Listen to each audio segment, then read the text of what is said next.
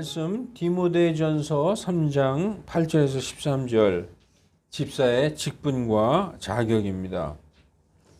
본문 말씀을 이렇게 보면요. 이와 같이 집사들도 반드시 신중하며 한 입으로 두 말하지 아니하며 사람이 한 입으로 두 말하면은 그 신뢰성이 전혀 없잖아요. 아, 저 사람은 뭐 이랬다 저랬다. 그러니까 이 세상에서 가장 사람에게 중요한 건 말입니다. 말 한마디로 정말 천냥빚을 갚는다고도 하죠. 말 잘하고 사람들의 마음을 움직이고 정말 공감하는 말을 하는 사람은 대통령까지 할 수도 있습니다. 그런데 말 잘못하고 그러면 갑자기 그 사람은 버림받을 수도 있어요. 말이 가장 중요한 것입니다. 그래서 이 집사에 대해서 제일 처음에 말씀하실 때 한 입으로 두 말해서는 안 되는 그런 사람이 되어야 된다는 것이죠. 어떻게 한 우물에서 쓴물과 단물을 동시에 낼 수 있겠느냐? 그렇지 않죠?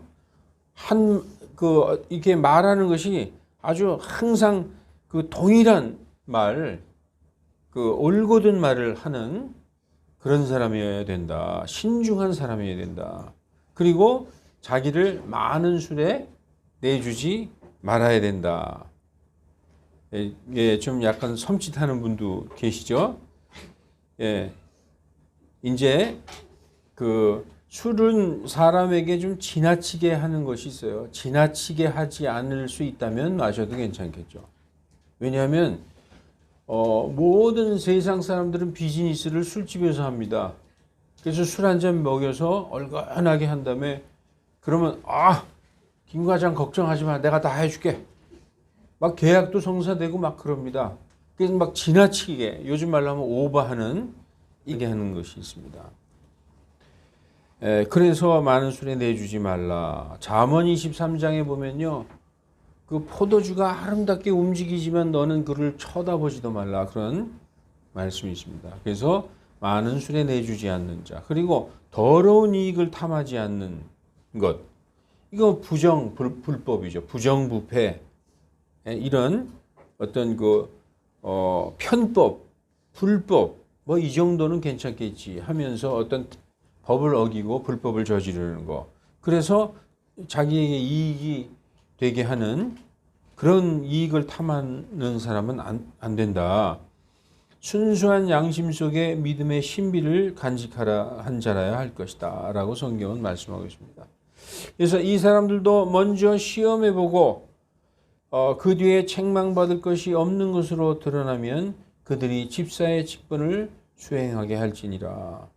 그렇게 말씀하고 있습니다.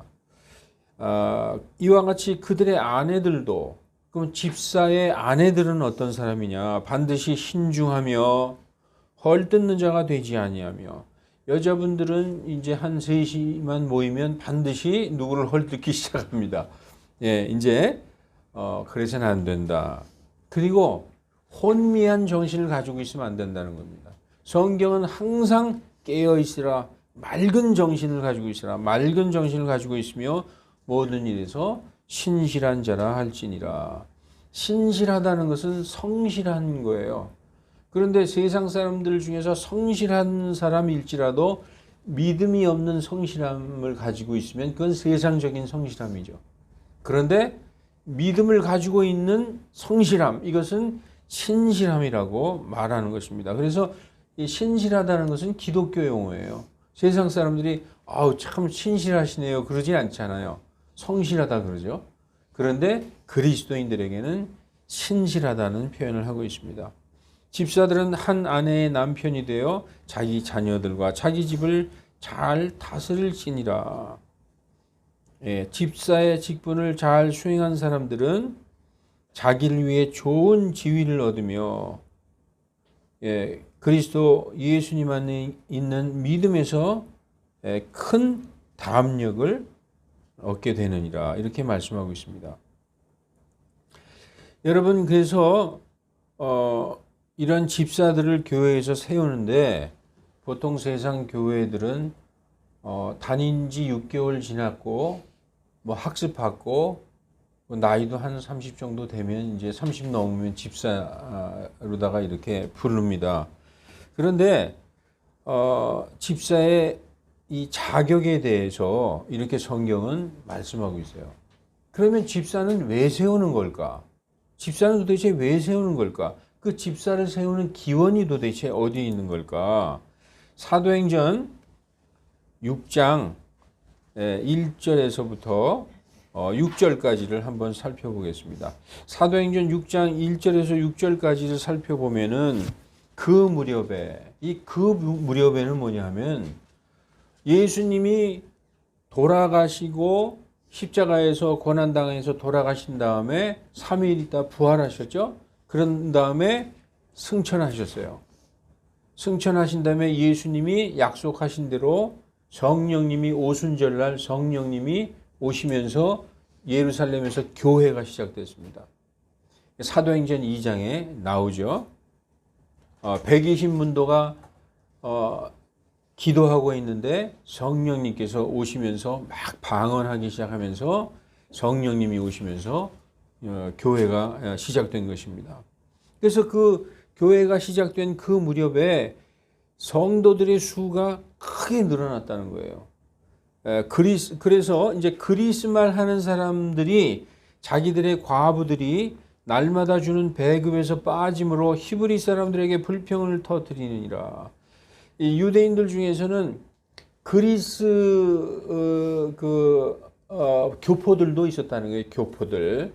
히브리 이스라엘에 그냥 살고 있는 사람들도 있었지만 그리스말 하는 그런 교포들도 있었다는 거예요.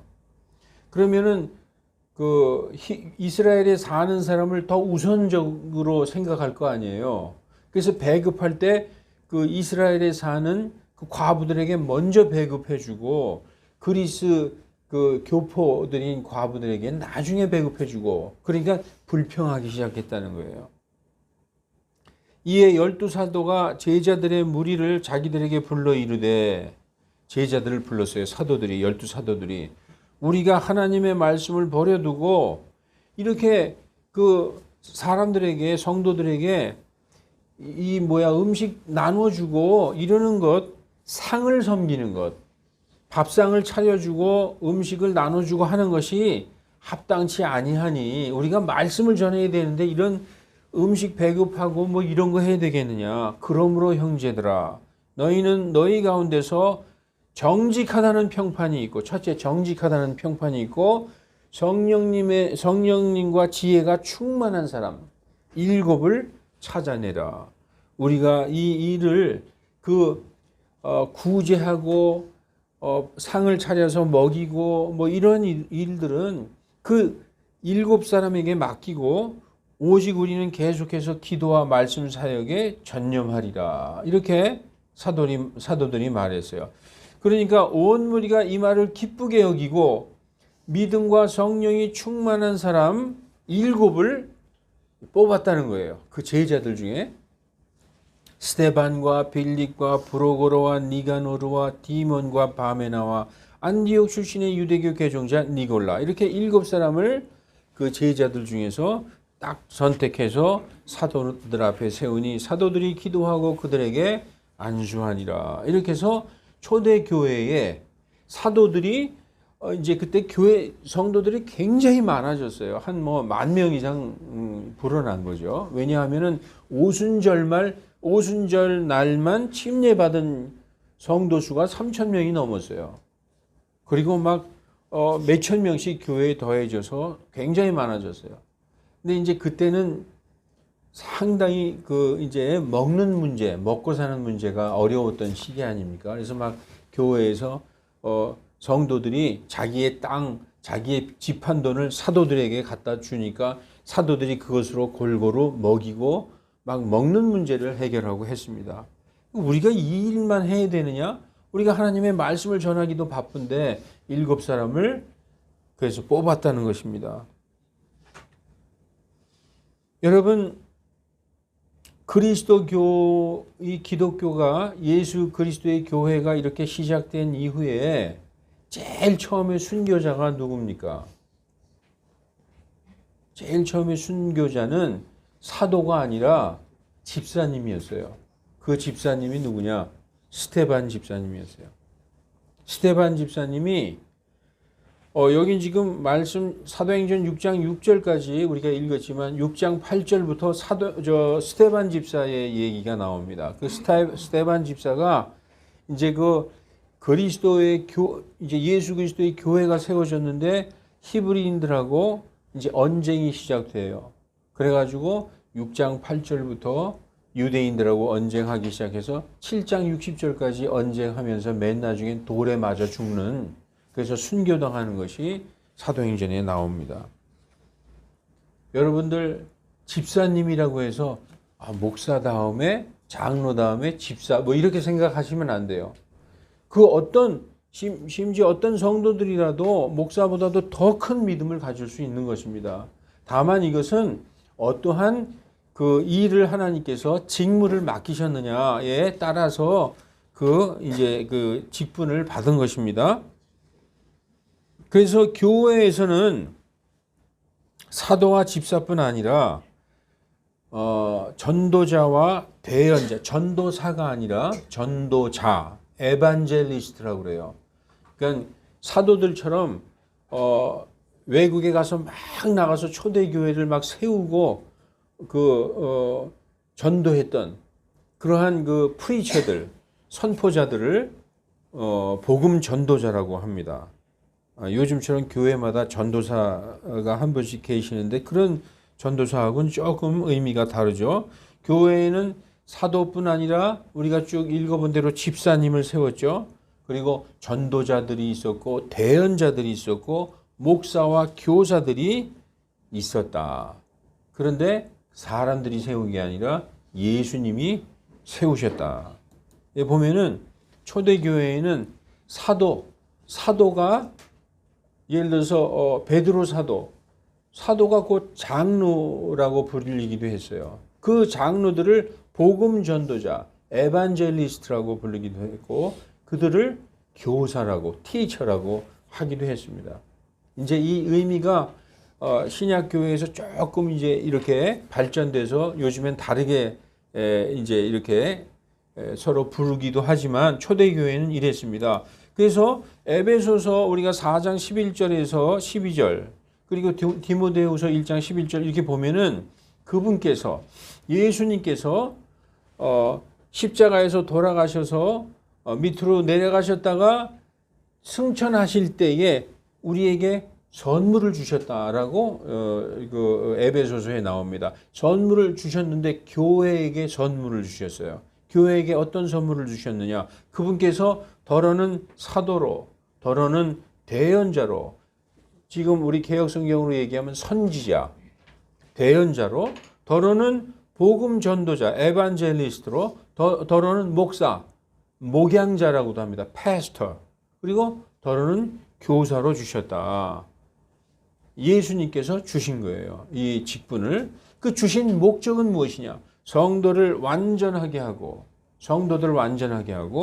섬기는 일을 하게 하며 서로와 서로를 섬기는 일을 하게 하며 또 교회를 섬기고 성도들을 섬기게 하며 그리스도의 몸을 세우게 하려 하십니다. 그리스도의 몸이 뭐죠? 교회. 그리고 교회의 머리는 예수님이고 교회의 몸은 성도들이라는 거예요. 성도들 하나하나 다 연합해서 그리스도의 몸을 이룬다. 그래서 교회는 그리스도를 의미하고 있습니다. 머리는 예수님이고 몸은 성도들로 이루어진 예수 그리스도의 몸된 교회다. 그래서 더러는 사도, 대언자, 복음전도자, 목사, 교사 이렇게 주신 것은 서로를 섬기고 성도를 완전하게 하며 교회를 굳게 세우기 위해서 주셨다라고 말씀하고 있습니다. 그래서 디모데후서 1장 11절에도 보면 디모데후서는 사도 바울이 디모데에게 보낸 편지죠. 여기서 내가 할 때는 사도 바울 자신을 얘기합니다. 내가 이 예수 그리스도의 복음을 위해서 이방인들의 복음을 선포하는 에반젤리스트가 되었다. 복음 전도자가 되었고 사도와 교사로 정하여졌느니라. 교사? 우리는 교회의 주일학교 교사로 생각하고 있었는데 아니라는 거예요. 여기에서 교사는 사도와 같은 그런 분들을 얘기하고 있는 것입니다.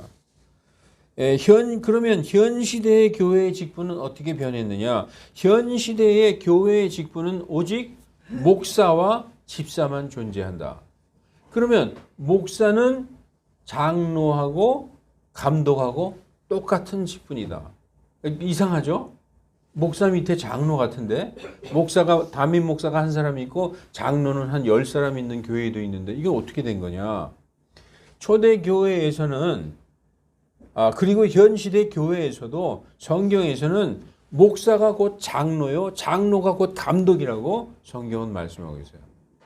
그런데 이제 개혁교회 같은 이제 그 켈빈주의 교회 같은 그런 개혁교회에서는 목사와 그 밑에 이제 목사를 돕는 장로들을 세운 것이죠.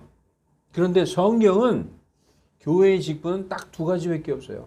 성경 전체에서 목사가 곧 장로요, 장로가 곧 감독이고 감독이 곧 목사다. 그리고 집사. 이렇게 두 직분밖에 없는 것입니다.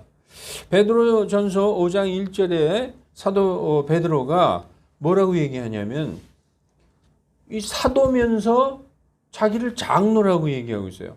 베드로전서 5장 1절을 보십시다. 너희 가운데 있는 장로들에게 권면하노니 나 역시 장로요. 베드로가 그래요. 나도 장로다. 그리스도의 고난의 증인이요 또한 앞으로 나타날 영광에 참여할 자니라. 그리고 요한 2서와 요한 3서에 보면은 요한 2서 1장 1절에 여기서 장로는 자기 자신을 얘기해요. 요한 2서는 사도 요한이 기록한 건데 장로는 나 요한은 이런 뜻입니다. 선택받은 부인과 그녀의 자녀들에게 편지하노라 하면서 장로는 하면서 사도 요한을 자기가 장로라고 얘기하고 있어요. 요한 3서에도 장로는 극진히 사랑하는 가요 곧 내가 진리 안에서 사랑하는 자에게 편지하노라. 사도를 장로라고 지금 스스로 말하고 있습니다. 그러면 이 장로라는 것은요, 연장자, 나이 많은 분이란 뜻이죠. 엘더, 나이 많은 분을 뜻하는데 이 장로란 명칭은 직분의 자격을 나타내는 것입니다. 자격을 나타낸다. 이게 무엇이냐? 나이 어린 총각들은 장로가 될 수 없다는 거예요. 나이 지긋하고 나이 많고 연륜이 많고 존경받고 그러한 백성의 어떤 어른 이런 분들을 장로로 삼았다는 것이죠. 그래서 유대인 회중에서 존경받는 어른들에게 사용된 그런 말이다. 그리고 이제 감독이라는 뜻은 관리자라는 뜻이 강합니다. 그래서 그 자격보다도 그 직분의 임무를 나타낼 때 이제 감독이라고 얘기했습니다. 감독이 곧 장로예요. 아까 제가 말씀드렸죠. 목사가 곧 장로요. 장로가 곧 감독이다. 성경 말씀에 어떻게 써 있는지 한번 살펴보십시다. 디모데 후서 그리고 디도서를 보면 디모데서는 사도 바울이 디모데에게 보낸 편지이고 디도서는 사도 바울이 디도에게 보낸 편지예요. 그 디모데 후서에 사도 바울이 디모데에게 뭐라고 얘기하냐 하면은 에베소 사람들의 교회의 첫 번째 감독으로 임명받은 디모데에게 이렇게 말씀하고 있어요. 디모데는 에베소 교회의 목사예요. 근데 목사에게 감독이라고 얘기하고 있어요. 지금 감리교회에서는 목사에게 감독이라고 김 누구누구 감독 이렇게 부르지 않습니까? 그래서 감독이나 장로나 목사나 같은 직분이다. 그리고 디도서에서도 보면 3장 15절에 크레테 사람들의 교회의 첫째 감독으로 임명받은 디도에게 첫째 목사로 임명받은 그렇게 얘기 안 하고 있죠. 감독이 바로 목사라는 거예요. 목사가 감독이고 감독이 목사고 목사가 장로고 이렇게 같은 의미로 성경은 말씀하고 있습니다. 그래서 이제 디도서 1장 15절에 보면은 디도에게 사도 바울이 너를 크레테에 남겨둔 목적은 내가 부족한 것들을 바로잡고 또 내가 너를 세운 것 같이 각 도시에서 장로들을 임명하게 하려 함이니 이렇게 말씀하고 있습니다. 이래서 아마 목사가 장로들을 임명하기 시작한 것이 아닌가 저는 그렇게 생각합니다. 하여튼 성경에서는 목사, 장로, 감독 이게 같은 직분인데 이제 교단에 따라서 장로교에서는 목사 밑에 장로 이렇게 하기 시작했다는 것입니다. 여러분들은 어떻게 알아둘 필요가 있느냐? 목사나 장로나 감독은 같은 직분이다. 성경은 그렇게 말씀하고 있다라고 알아두시면 됩니다. 여러분, 그래서 점차 사도들이 이제 돌아가시기 시작하면서 한 사람씩 돌아가면서 장로들을 말씀 가르치는 일을 그 장로들이 이거 사도들이 돌아가시면서 말씀을 전할 사람들이 이제 필요하게 되었죠. 더욱이 그 초대교회 당시에는 이단들이 많았어요. 지금들은 지금 더 많지만 그때도 이단들이 있었습니다. 교회 내에 침투해 들어오는 각종 그 이단들에게 강력히 대체하고 사도들의 가르침과 복음의 순수성을 지키기 위해서 이 말씀을 연구하고 가르치는 일에 전념할 사역자들이 필요하게 된 것입니다. 그래서 장로들 중에서 특별히 은사를 받고 가르치는 능력이 있는 자들을 구분해서 말씀 가르치는 장로를 세웠고 또 나이 많고 연륜이 많고 그 교회의 성도들을 잘 이렇게 다스리는 장로님들을 또 이렇게 세우게 되었어요. 두 종류죠. 장로들 중에서 사도들은 돌아가셨어요. 장로들 중에서 말씀 잘 가르치고 교리를 잘 가르치는 장로들, 그리고 교회를 잘 치리하고 관리하는 장로들, 이렇게 두 파트로 나누어진 거예요. 그래서 어떻게 됐느냐 하면은 잘 다스리는 장로, 여기 보면요, 디모데전서 5장 17절에 잘 다스리는 장로들을 두 배나 존경할 자로 여기되, 특별히 잘 다스리는 장로가 나오죠. 교회 안에서 성도들을 잘 다스리고 치리하는 장로, 이게 치리 장로가 된 것이고, 또 말씀과 교리로 수고하는 장로, 이것이 목사와 교사로서 장로의 직분을 갖게 된 것입니다. 자, 장로가 교회를 다스리고 치리하는 장로, 그리고 말씀과 교리를 가르치는 장로, 이렇게 두 개로 나눠졌어요.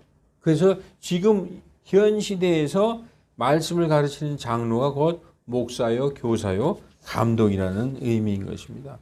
여러분, 이제 집사에 대해서, 장로에 대해서는 이렇다 치고 집사에 대해서 이제 한번 알아볼게요.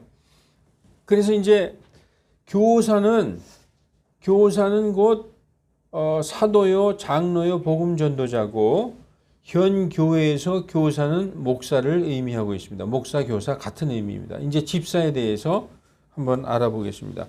집사의 직분 누가 주신 거죠? 목사가 준 건가요?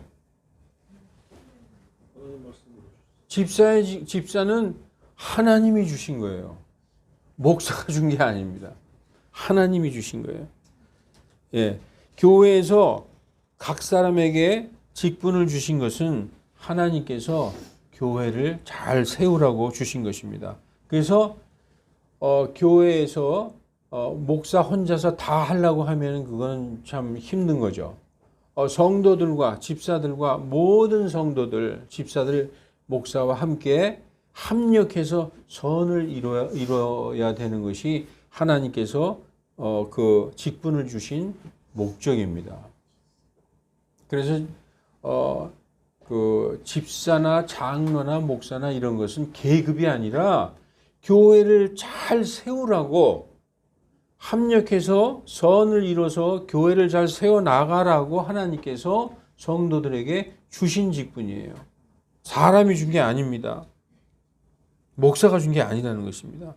그래서 로마서 8장 28절 말씀대로 우리가 알거니와 하나님을 사랑하는 자, 곧 그분의 목적대로 부르심을 받은 자들은 혼자 하는 게 아니라 합력해서 다 우리 성도들이 어떤 사람은 팔의 역할, 어떤 사람은 다리의 역할, 어떤 사람은 코의 역할, 귀의 역할 해서 그리스도의 몸을 세워 나가는 것입니다. 여러분, 그리고 집사들이 초대교회 때 집사들을 세운 목적은 첫째 구제하기 위해서 구제하는데 그리고 교회를 관리하는 목적, 그 두 가지 목적으로 세웠습니다. 지금도 마찬가지입니다. 교회 안에 보면요, 모든 성도들이 다 일상생활을 하잖아요. 그런데 오신 분에 따라서 능력의 차이도 있고 또 사는 수준도 차이가 있어요. 그래서 성도들 중에 가난한 사람들은 그리스도인들이 되었어도 여전히 가난한 사람들이 많이 있었어요. 이러한 우리 성도 형제들, 성도들이 교회에서 성도들의 그 사랑을 받으면서 인간적인 삶을 살 수 있도록 교회가 돕는 일을 했다는 것입니다.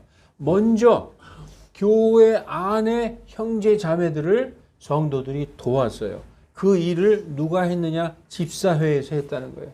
집사들이 잘 감당해서. 그래서 집사들이요, 우리 교회 오시는 성도들 중에 누가 참 어려운 처지에 있는가, 저 형제 자매 생활이 어떤가, 이거를 잘 살펴봐야 돼요. 목사도 그렇고 집사도 그렇고. 그래서 우리가 그 하나님께 드린 헌금에서 그러한 것에서 사용하는 것입니다. 일방적으로 모든 성도가 교회에 내기만 하는 것이 아니라 교회에 드려진 헌금 중에서 교회에 오신 성도들을 중에 어려운 분들의 구제를 위해서 사용하기도 했다. 지금도 교회가 그 일을 감당해야 되는 것입니다. 그리고 그뿐만 아니라 그래서 이제 교회가 충분히 그 일을 감당하게 되면 지역의 어려운 이 사람들을 구제하기 시작하는 것입니다. 그것이 교회에게 주신 굉장히 큰 그 사명이에요. 이거를 저버리면 안 되는 것입니다.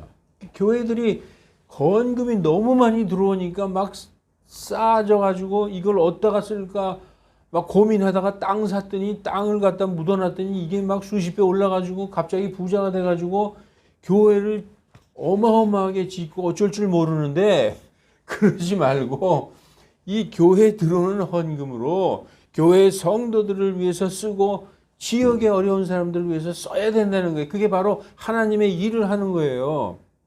근데 이게 잘못하게 되면은 교회가 완전히 무슨 궁궐처럼 그렇게 되고 완전히 우리끼리만 이렇게 조차고 교회를 세우게 되는 것이죠.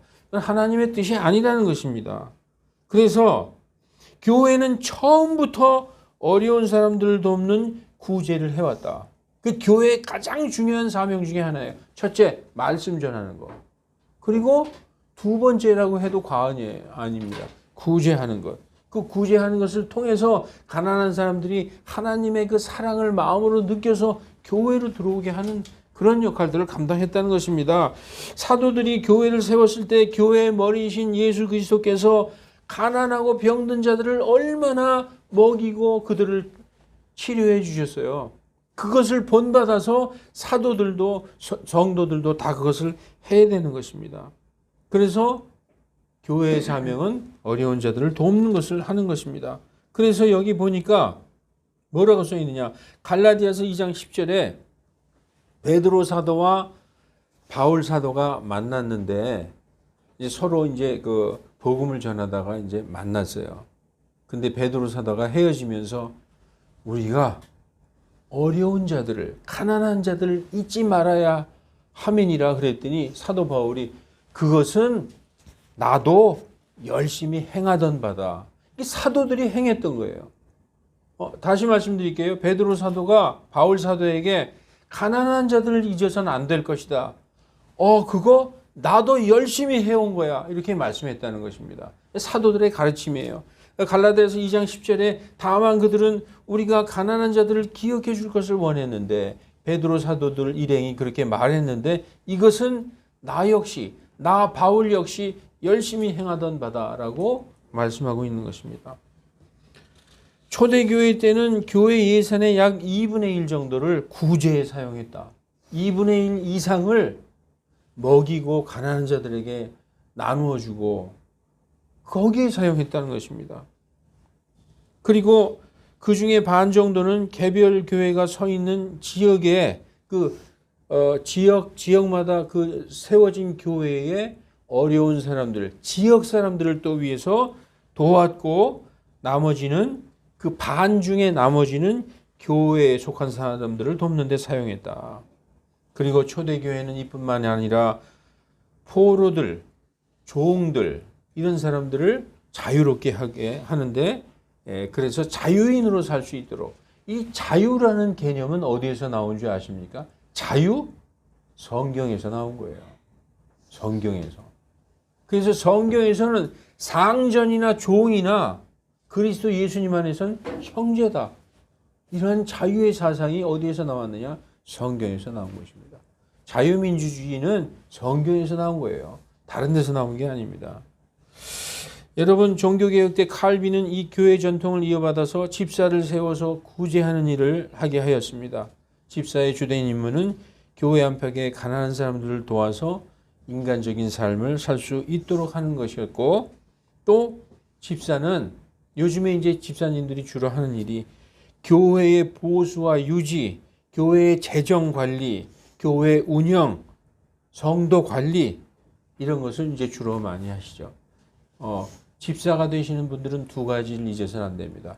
교회 성도들을 살피고 교회를 운영하고 관리하는 것. 그리고 이웃 성도들 중에 어려운 사람, 그리고 주변에 그 지역의 어려운 사람들, 이런 것을 돌보는 것. 그런 것이 집사님들이 하시는 일입니다. 교회에 보면요, 여러 가지 직책이 있는데 별의별 직책이 다 있어요. 저 세상 교회에서는 이런 직책이 있죠. 뭐 목사 외에도 뭐 위임 목사, 임시 목사, 수석 목사, 부목사, 전도 목사, 기관 목사, 뭐 찬양 목사, 선교 목사, 공로 목사, 뭐 기도 목사는 왜 없는지 모르겠어요. 기도 목사, 찬양 목사, 뭐 하여튼 거기 뒤에다가 목사를 붙이는데, 그런 거 없는 거죠. 그리고 장로도 보면요, 원로 장로, 수석 장로, 은퇴 장로, 사역 장로, 시무 장로, 뭐 별의별 장로가 다 있습니다.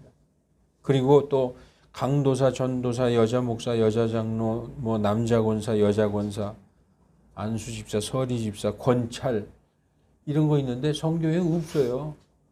성경에 권사나 권찰 한 번이라도 나오면은 제가 권사 권찰 하겠어요. 근데 없어. 한 번도 안 나와요. 근데 이게 다 사람들이 만든 것이라는 것이죠. 그건 그 비성경적인 것입니다. 성경에 없는 거, 사람들이 만든 거, 불순물 이거 다 빼서 순수한 포도주, 순수한 순도 100% 포도주에 자꾸 물 섞고 거기다 설탕도 넣고 딴 거 넣지 말고 순도 100%의 포도주 같은 교회, 하나님의 말씀으로 순수한 교회가 되지 않겠습니까? 성경대로 하는 그런 교회가 됐으면 좋겠습니다.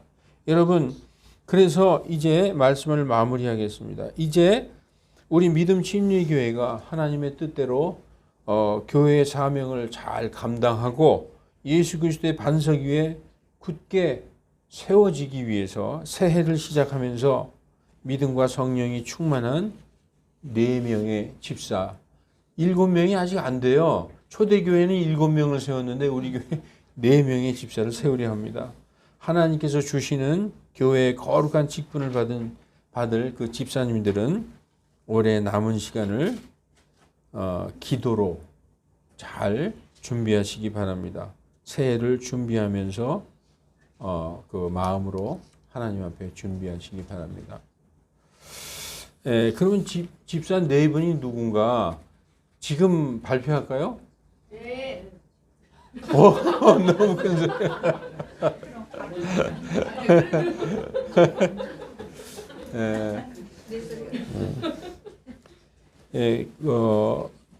집사 우리 그 원로 목사님하고 오랫동안 상의를 했습니다.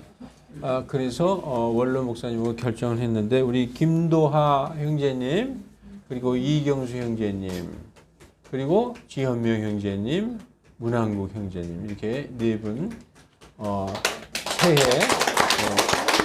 집사로 세워서 우리 믿음 심리교회 정말 굳건한 내구탱이의 주춧돌의 역할을 감당하게 되실 겁니다.